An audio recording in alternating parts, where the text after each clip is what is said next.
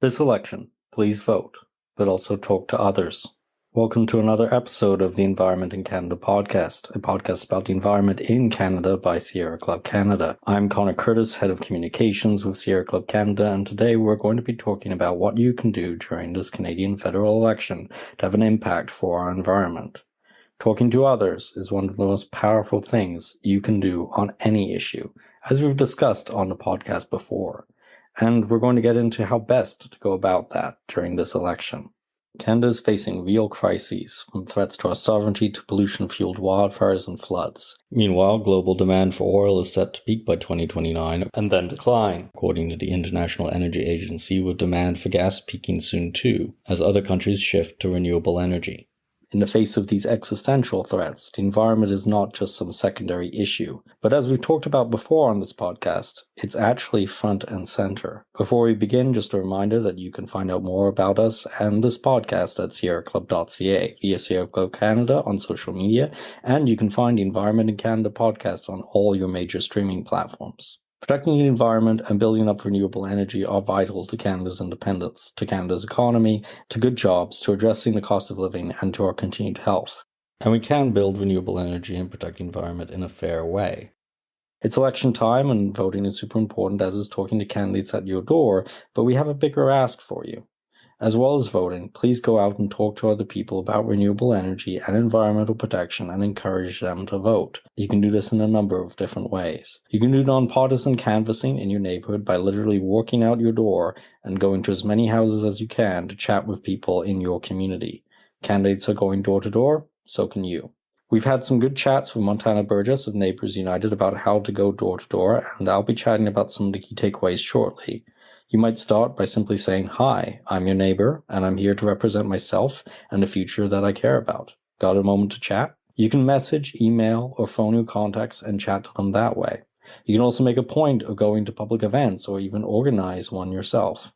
A rally can work, but it could even be just talking with community members over tea. A rally can be a good way to chat to people passing you on the street in a busy place, or to show to people passing or the media that you care about the environment. A town hall or a get-together can be good for more in-depth conversations with people who may not be as into the activist-style activities that you are. There's no single event that's good for every social situation, so just think about what works well for reaching the people you normally wouldn't reach out to. And of course, you can write letters to the editor of your local newspapers, call in to call-in radio, or talk about the issues on social media. All of these are still good ways to advocate on environmental issues. These days, anyone can be an influencer, including you. All of this is important because one of the biggest impacts you can have, as well as voting, is letting others know why we need renewable energy solutions for employment and the economy, and environmental protections that safeguard our future now more than ever. As I mentioned, Canada is facing real crises, from threats to our sovereignty to pollution-fueled wildfires and floods that are tearing apart lives and devastating whole communities. We don't have to agree on everything to agree we need action. Person-to-person interactions, especially with anyone who is not as informed as you are, matter more than any social media content like this content. And even though not everyone will be receptive, the more conversations you have with people unsure of these issues, the better. Don't spend 10 hours talking to one person. Spend 1 hour each talking to 10 people. It really is not worth your time to argue with someone who just doesn't care about the environment as an issue. But at the same time, it isn't very useful to talk with people who already agree it's a vital issue.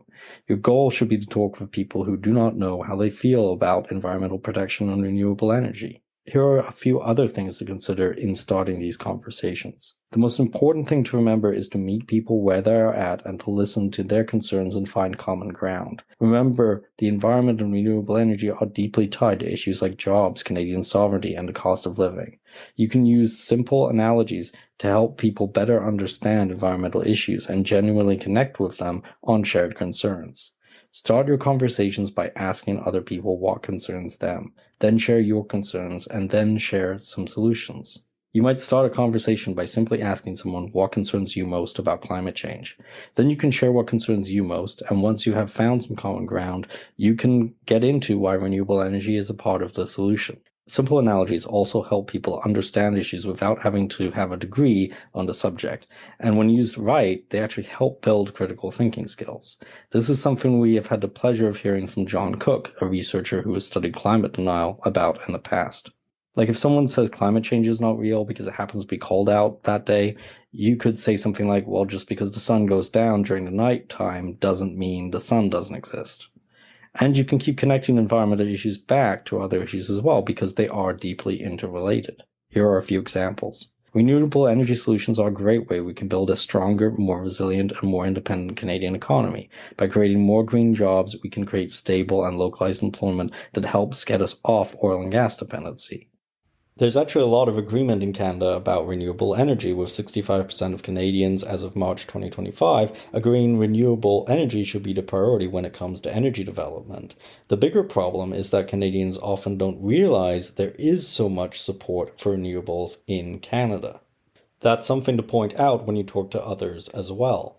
We already have solutions for when the sun doesn't shine or the wind does not blow, such as interconnecting grids, diversified renewables, energy storage, and energy efficiency. But we cannot control global oil and gas prices and markets. For every additional dollar of inflation in Canada that you pay, 25 cents of that dollar was going to oil and gas and mining extraction profits as of 2023. Our dependence on oil and gas is one of the biggest drivers of inflation in our country, and it's a huge liability in terms of Canada's sovereignty. Relying on oil and gas for employment and energy leaves us exposed to the decisions of other countries and exposed to international crises. These international factors can cause rapid shifts in oil and gas prices that are beyond our control. And again, oil and gas demand is expected to start declining within this decade. There are also strong ties between many oil and gas corporations in Canada and American interests, which is why it's so important we do renewable energy growth differently. We need a renewable energy future that's based on a Canadian supply chain, for example, by using Canadian aluminum and steel in wind turbines. We need to make sure any data centers in Canada are powered by renewable energy since it localizes benefits and creates more jobs. That renewable future can also help build up Canadian manufacturing in the process.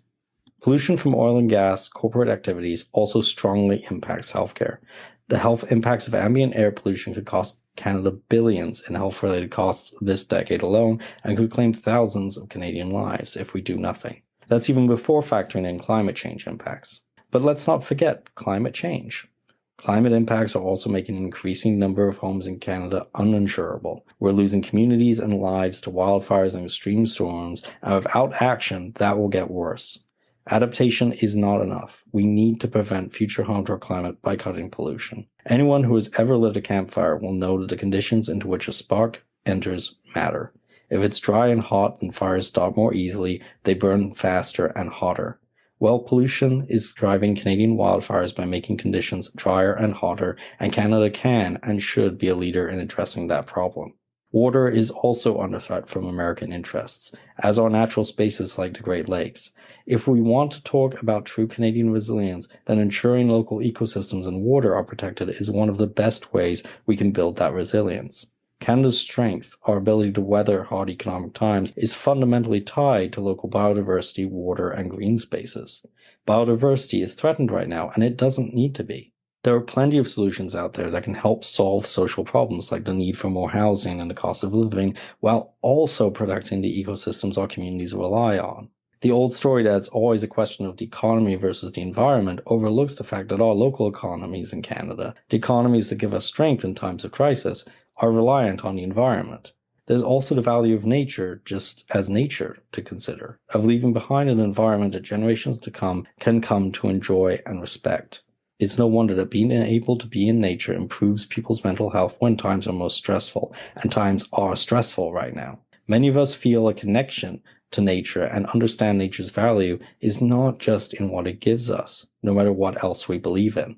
As you start to talk to others about the above, please pass along the talking skills you learn to others who care about these issues as well, and as I said, check out the additional resources on our website. We've linked to it here.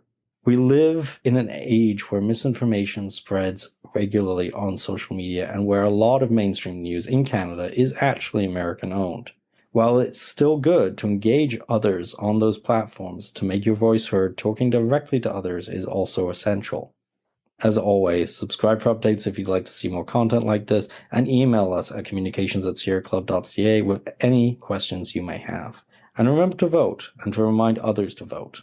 The person who can have the biggest impact right now in advocating for the environment, the person who can make sure all the candidates know that we care, the person who can reach out to the most people to keep them informed, that person is you.